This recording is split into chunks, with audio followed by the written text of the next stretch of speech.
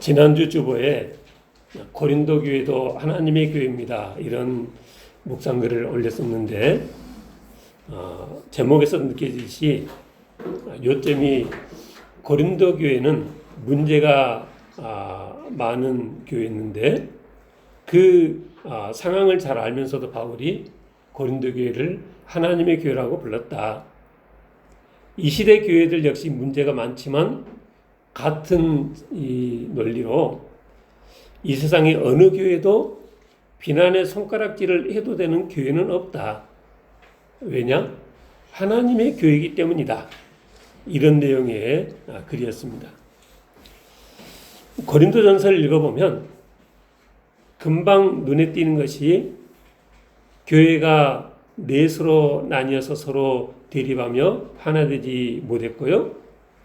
입에 담기도 부끄러운 음행사건에다가 성도끼리 세상 법정에 고소 고발하는 등 진짜 문제가 한둘이 아닌 교회였습니다. 그래서 오늘날 어느 교회가 그런 모습이라면 사람들이 저 교회는 하나님께서 떠난 교회, 하나님께서 함께 하시지 않는 교회, 아니 교회라고 할 수 없는 교회다, 이렇게 비난했을 그런 교회입니다.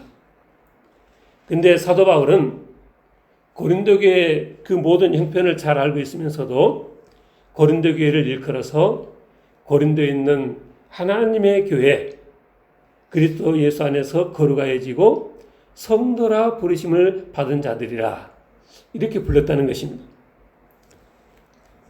고린도라는 것이 어떤 것입니까? 그 성경 사전들을 보니까 그 말의 뜻이 뿌리라는 뜻인데, 아테네 서쪽 64km쯤 있는 것이고, 그리스가 로마 속국일 때 둘로 나뉘어서 북쪽은 마게도냐, 남쪽은 아가야, 이렇게 나뉘었었는데, 그 아가야주의 수도면서 항구 도시다, 이렇게 소개하고 있습니다. 지중해 난 국가들의 해상교통 무역의 중심지였고, 그리고 여러 나라 사람들이 모여서 안전한 항해를 기원하는 이 우상으로 가득 찬 도시였습니다. 이 도시가 번성할 때는 2만 명을 동시에 수용할 수 있는 야외 극장도 있었다고 그러고요. 그래서 그곳에서 거대 운동 경기가 치러졌고, 또 1,000명 정도의 여사제를 거느리는 아프로테 신전도 있어서 온갖 음행이 자행되는 그런 곳이기도 했다는 것입니다. 그래서 이 고린도, 헬라어로 고린디아조마이 하면 고린도인처럼 되다, 고린도 방식으로 산다, 그런 뜻이랍니다. 그러니까 이제 4세기 5세기경에 시인 아리스토파네스가 이 성적인 타락과 부도덕을 가리키는 의미로 처음 그렇게 사용했는데, 그래서 오늘날도 영미권에서 고린디안 하면 사치하고 방탕한 사람, 그런 의미로 이렇게 사용된다는 것이죠. 그러니까 이렇게 죄악으로 가득한 곳에서 세워져 가는 교회였다는 것을 감안해 보면, 오히려 역으로 이 고린도 교회가 처음부터 아무런 문제가 없었다면 오히려 더 그게 이상하게 생각이 들 정도의 그런 것이었다는 것입니다. 고린도전서에서 바울이 다루고 있는 주제들을 크게 나눠보면 4장까지 분쟁의 문제, 5, 6, 7장 음행사건, 그리고 8, 9, 10장은 우상의 재물을 먹는 문제, 그리고 11, 12, 13, 14장은 예배 중에 다뤄지는 여러 가지 주제들, 여자의 지위와 성만찬과 예언과 방언, 그리고 이제 15장은 부활장이고 16장 매주민사로 이렇게 맞춰집니다. 그러니까 고린도교회 측에서 바울에게 이런 여러 문제들에 대해서 질문을 해온 것 같고요.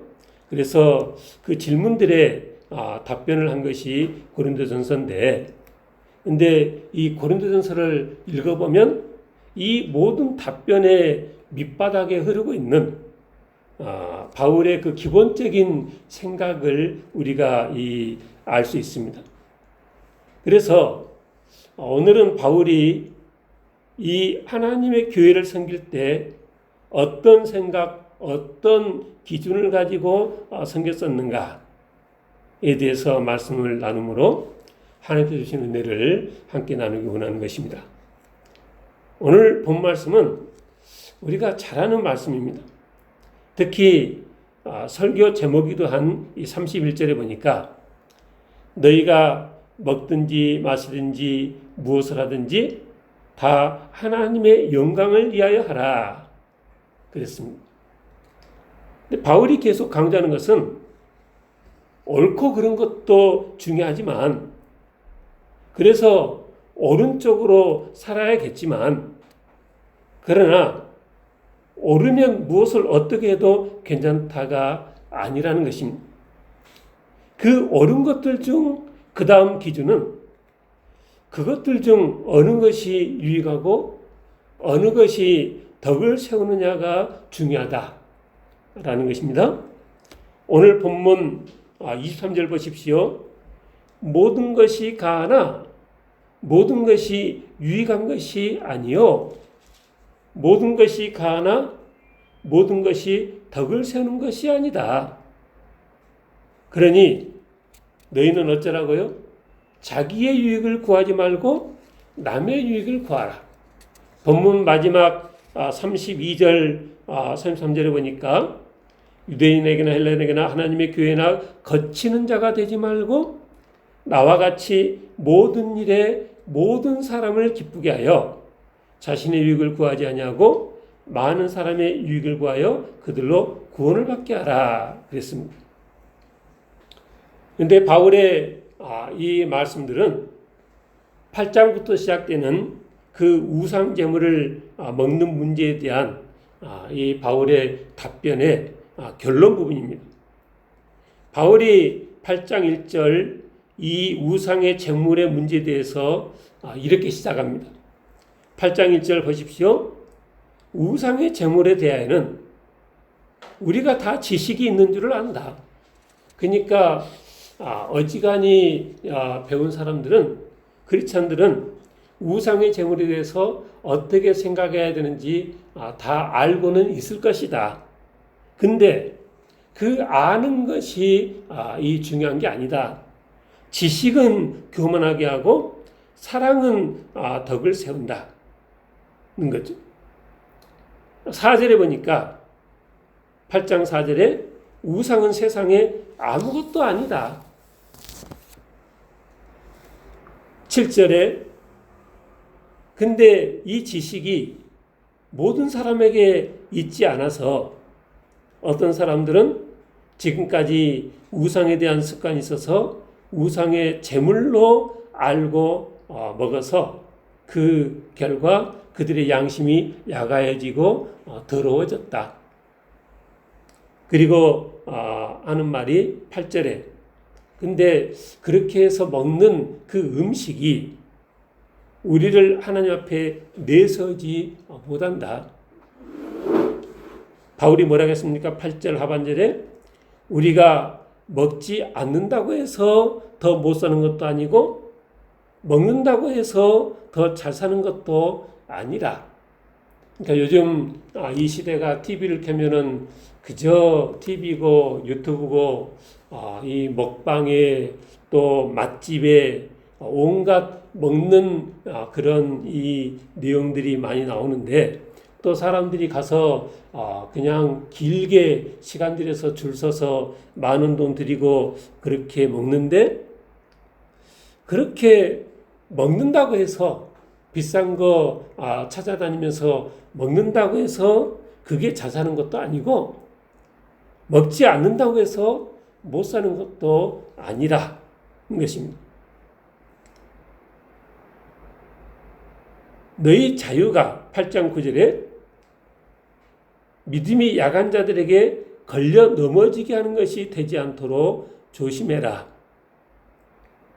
지식이 있어서 우상의 제물도 결국은 하나님께서 지으신 모든 것들이고 하나님께서 다 깨끗하게 하신 것이고 그렇게 생각해서 우상의 집에 앉아서 먹는데 그거를 누가 보고 믿음이 약한 자들이 양심의 탐욕을 얻어서 그 우상의 제물을 먹게 되면 그게 12절 그 약한 양심을 상하게 하는 것이고 그게 그리스도에게 죄를 짓는 행위가 되는 것이다.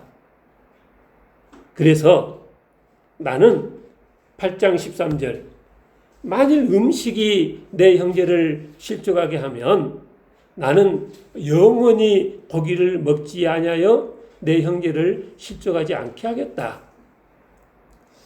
당시 고린도 교인들에게 문제가 되었고 그래서 바울이 이렇게 길게 다루고 있는 것이 우상의 제물에 대해서 믿는 사람들이 어떻게 처신을 해야 되느냐는 것입니다. 지금과는 상황이 많이 달라서 그 당시 상황을 간략히 설명하자면 이런 겁니다. 말씀드린 것처럼 이 고린도는 아가에서 제일 큰 도시답게 많은 신전들이 있었고 우상 숭배의 본거지였습니다. 많은 사람들이 이 우상 신전에 참석해서 정기적으로 제사를 드렸고 또 많은 대중 집회들이 이 신전을 중심으로 이루어졌습니다. 심지어는 집안잔치도 가까운 친지를 초청해서 신전 제사 형식으로 치렀고 또 거기에 믿는 성도들도 초청되고 그랬다는 거죠.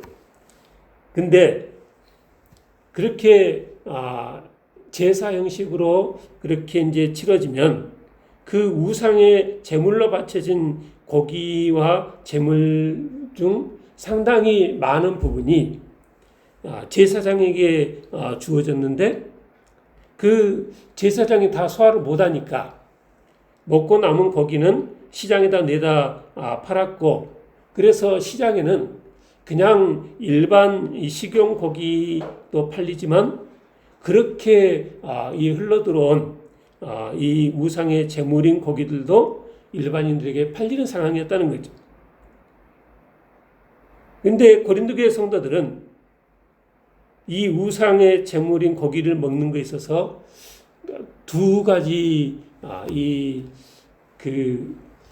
그룹인데 첫째는 지식이 있어서 그 우상의 제물을 먹는 것에 거리끼지 아니하고 그냥 자유하게 먹었던 성도들이 있는가 하면 믿음이 약한 자들이 있었던 것입니다. 그들은 속으로 어떻게 생각하냐면 저건 우상의 제물이니까 먹으면 안 돼. 이렇게 생각했다는 거죠. 근데 나보다 믿음이 더 좋아 보이는 사람들이 우상의 제물을 그렇게 먹는 걸 보면서 8장 10절 그들도 담력을 얻어서 우상의 제물의 고기를 먹긴 먹지만 속으로 그 죄책감을 떨쳐버리지는 못하는 그런 부류의 사람들이 있었다는 거죠.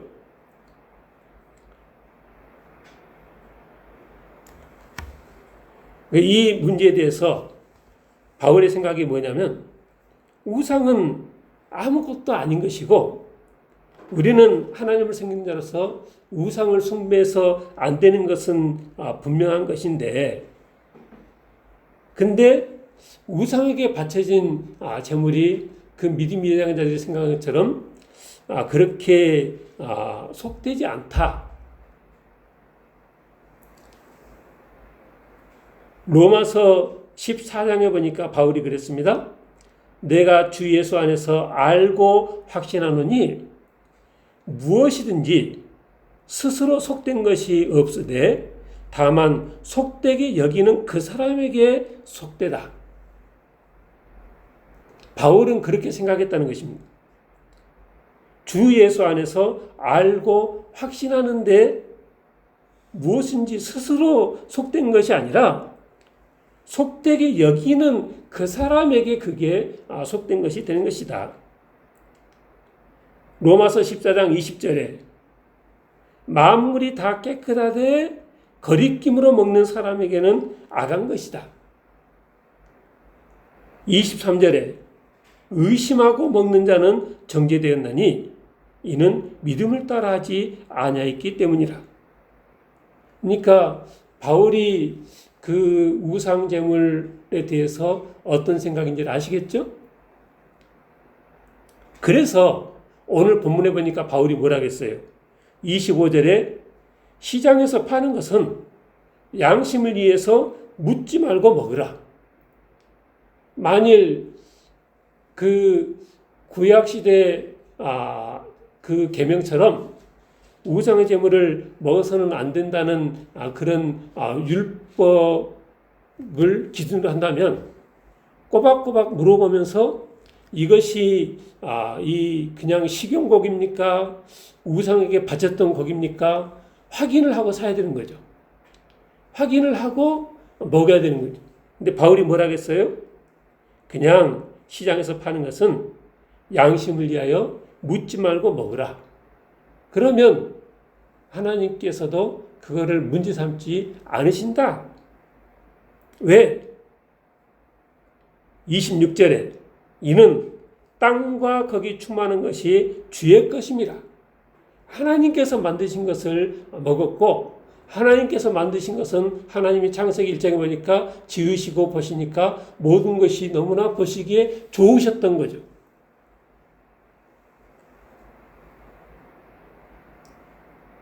(27절에) 불신자 중 누가 너희를 청할 때 너희가 가고자 하거든 너희 앞에 차려놓은 것은 무엇인지 양심 위하여 묻지 말고 먹으라.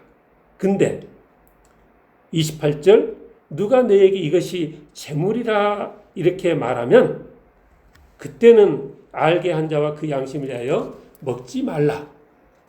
그러니까 바울이 먹으라고도 했다가 먹지 말라고도 했다가 하는데 그 먹으라고 하고 먹지 말라고 한 기준이 그게 우상에게 바쳐진 고기면 먹지 말고 아니면 먹어라.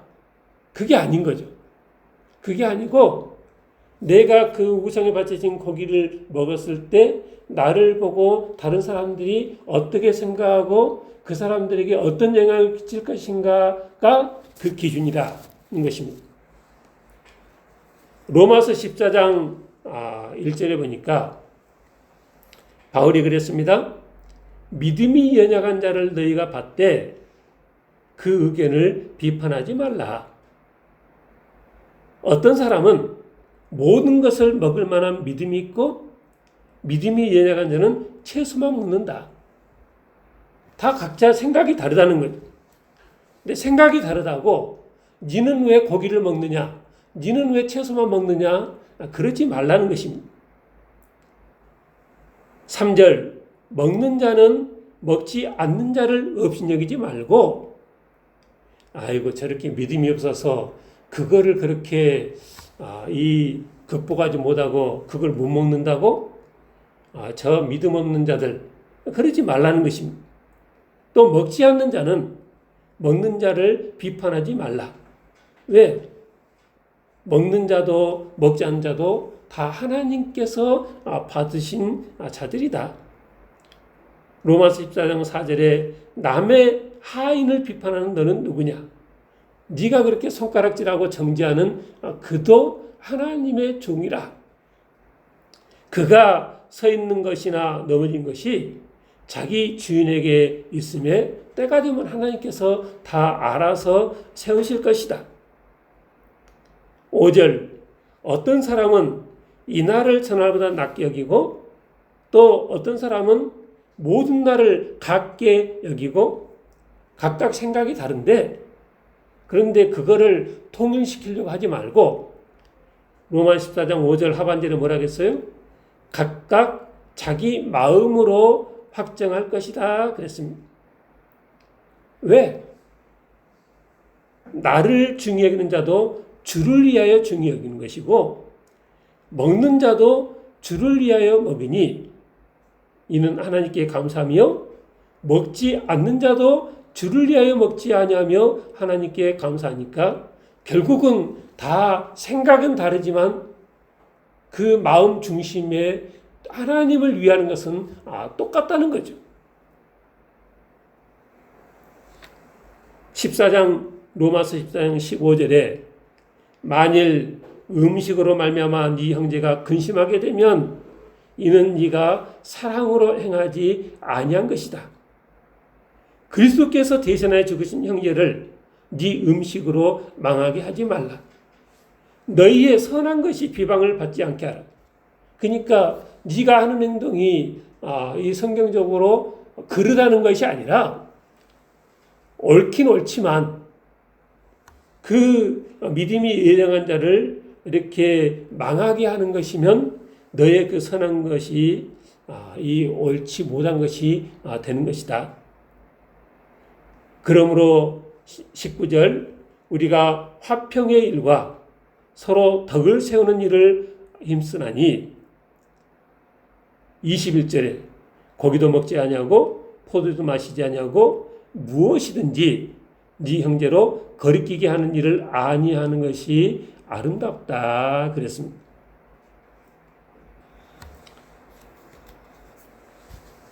고린도서 9장에 바울이 자기 자신에 대한 이야기를 길게 쓰고 있습니다. 9장 4절에 우리가 먹고 마실 권리가 없겠느냐? 주의 형제들 개와와 같이 믿음의 자매된 아내를 데리고 다닐 권리가 없겠느냐? 나와 바나바만 일하지 아니할 권리가 없겠느냐? 세상에 군복무를 하면서 누가 자기 돈 들여가면서 군복무하고 포도를 심었는데 그 열매를 먹지 않고 양을 길렀는데 그 젖을 먹지 않는 자가 누가 있겠느냐? 우리가 너희한테 신령 것을 뿌렸으니 육적인 것을 거둔 것이 과한 일이겠느냐? 다른 사람도 다 이런 권리를 가졌는데 우리라고 그런 권리가 없겠느냐? 근데 9장 12절 우리가 이 권리를 쓰지 아니하고 범사에 참는 것은 그리스도의 복음에 아무 장애가 없게 하려 함이라.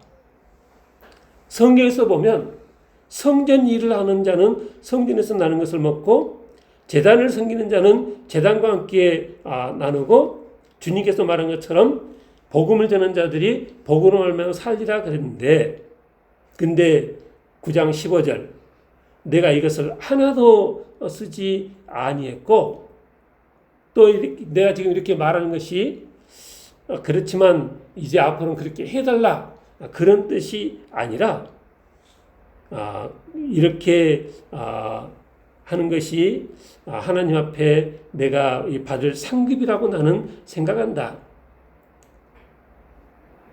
모든 사람에게 내가 자유롭지만 9장 19절 스스로 모든 사람에게 종이 되어졌다.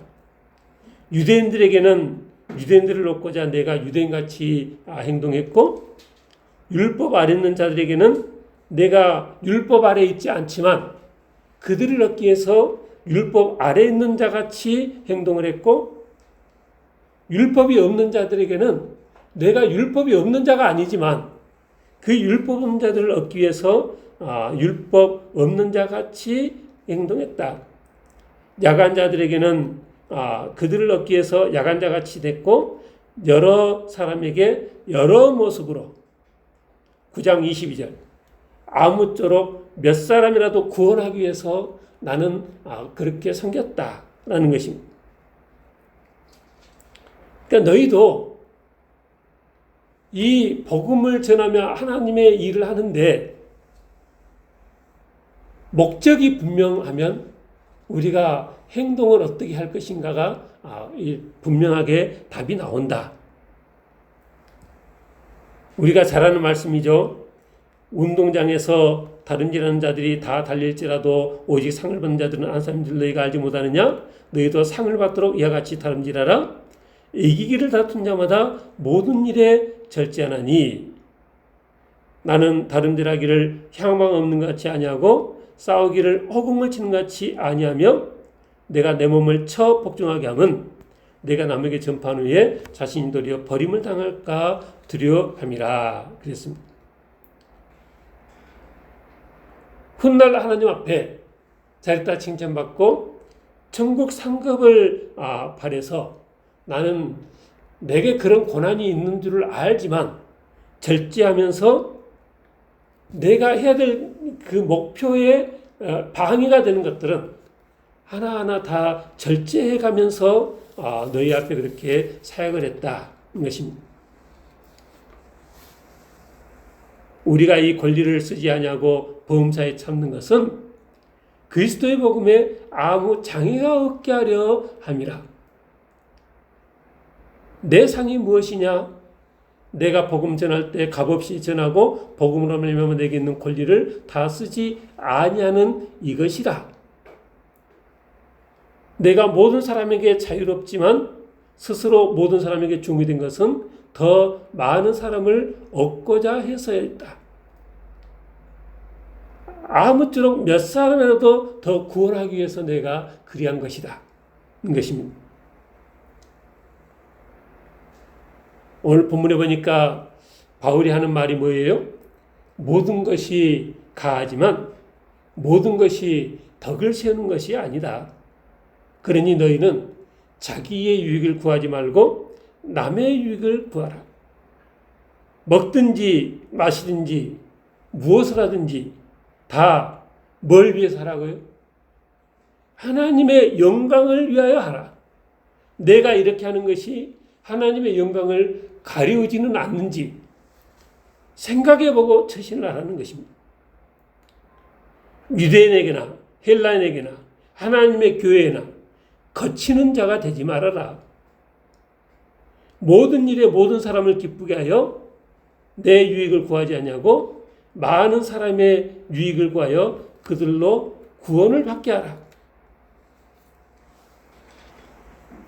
이 우상제물만이 아니라 제가 지난주에도 말씀드렸지만은 그 음행 사건으로 세상 법정에 고발한 것에 대해서도 바울이 그랬습니다. 너희가 그렇게 형제적으로 고발하면 이미 세상 법정에 그렇게 고발하면 피차 고발함으로 너희 가운데 이미 뚜렷한 허물이 있는 것이다.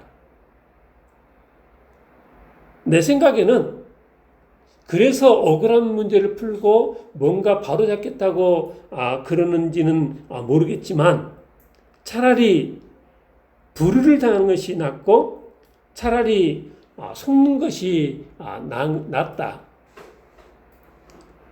왜요? 세상 법정에다가 그렇게 고발하면 믿지 않는 그 사람들에게 교회 그 식구끼리 그렇게 싸우는 모습을 알리는 거죠. 그래서 사람들이 저 믿는 사람들 자기들끼리 저렇게 싸우네. 하나님께 영광이 되지 않는다는 것입니다. 제가 언젠가 어느 그 판사가 하는 그 어떤 영상이었는데 믿지 않는 판사인데 자기가 이렇게 판사 생활 오래 해보니까 제일 고약한 사람들이 크리스찬들이더라. 아주 싸우는데 너무나 험하게 박터지게 양보 안 하고 싸운다는 거죠. 근데 이해는 돼요. 왜냐하면 믿음이라는 이유로 신앙의 이 이유로 그렇게 하나님의 영광을 위해서 싸운다고 생각하니까 죽을 각오라고 싸우는 거죠. 그래서 그 안 믿는 판사가 참 믿는 사람들이 참 좀 모습이 그렇다. 그러면 하나님께 영광이 가려지는 거예요. 고린도서 14장의 방언과 예언에 대한 이 말씀도 보니까 쭉 읽어보면 바울의 입장이 뭐냐면 신령한 것을 사모하되 특별히 예언을 하려고 하라. 방언도 좋지만 방언은 사람에게 하는 것이 아니라 하나님께 하는 것이고 또 그래서 알아듣는 자도 없는데 예언은 사람에게 하는 것이라서 덕을 세우는 것이고 권면하고 위로하는 것이니까 너희가 더욱더 예언하기를 힘써라. 방언은 자기 덕을 세우지만 예언은 교회의 덕을 세우는 것이다. 그러니까 모든 것을 덕을 세우기 위해서 하라. 하나님의 영광을 위해서 하라. 는 것입니다. 제가 자주 말씀드리지만은 구약시대도 하나님께서 이스라엘 백성들에게 포도주를 허용하셨습니다. 술을 마시는 것 자체는 죄가 아니죠. 근데 그렇게 알고 있다고 그러니까 알고 있으면 죄책감 없이 우리가 술도 마실 수 있습니다. 근데 이렇게 들어보면 믿는 사람 중에 집사님들, 제가 장로님까지는 못 들어봤는데 집사님들, 권사님들 중에 세상 친구들하고 술자리를 그렇게 즐기는 사람들이 많다는 거죠. 근데 나중에 이제 안 믿는 사람들이 뒤에서 하는 말이 아이고 그 권사님은 교회 권사님이면서 술을 엄청 좋아해. 그러면 그게 하나님께 영광이 되겠냐라는 거죠. 저 같은 경우는 술을 안 마셔도 충분히 해피하고 힘든 일이라도 술로 그렇게 풀고 싶지는 않은데 그래서 이제 친구들과 모임에서 그렇게 술을 안 하면은 안 믿는 친구들이 뭐 그것을 뭐 그렇게 어떻게 생각할지 모르지만은 그래도 뭔가는 달라도 믿는 사람이라 다르긴 다르다. 이렇게 되는 게 아니겠어요? 우리가 주님의 말씀을 마음에 새기고 뭐라고 하셨습니까? 너희 빛이 사람 앞에 비치게 하여 그들로 너희 착한 행실을 보고 하늘에 계신 너희 아버지께 영광을 돌리게 하라. 교회 안에서도 세상에서 믿지 않는 사람들과 함께 할 때도 모든 것이 가하지만 내가 크리스찬이니까 내가 교회 다니니까 하나님의 영광을 가리지 않기 위해서 모든 것이 가하지만 모든 것이 유익한 게 아니구나. 덕을 세우는 쪽으로 내가 생각하고 최신을 하는 게 하나님께 영광이 되겠다. 이렇게 우리가 생각하고 살아야 되겠다는 것입니다. 바울의 그런 모습을 보면서 바울이 아무쪼록 한 사람도 구원하기 위해서 그랬던 모습을 보면서 우리도 그런 열심으로 나 자신을 처복종시켜 썩지 않는 하늘 상급을 받아 누리는 힘쓰는 우리 모든 성도님 다 되시길 저는 축원합니다. 기도하겠습니다.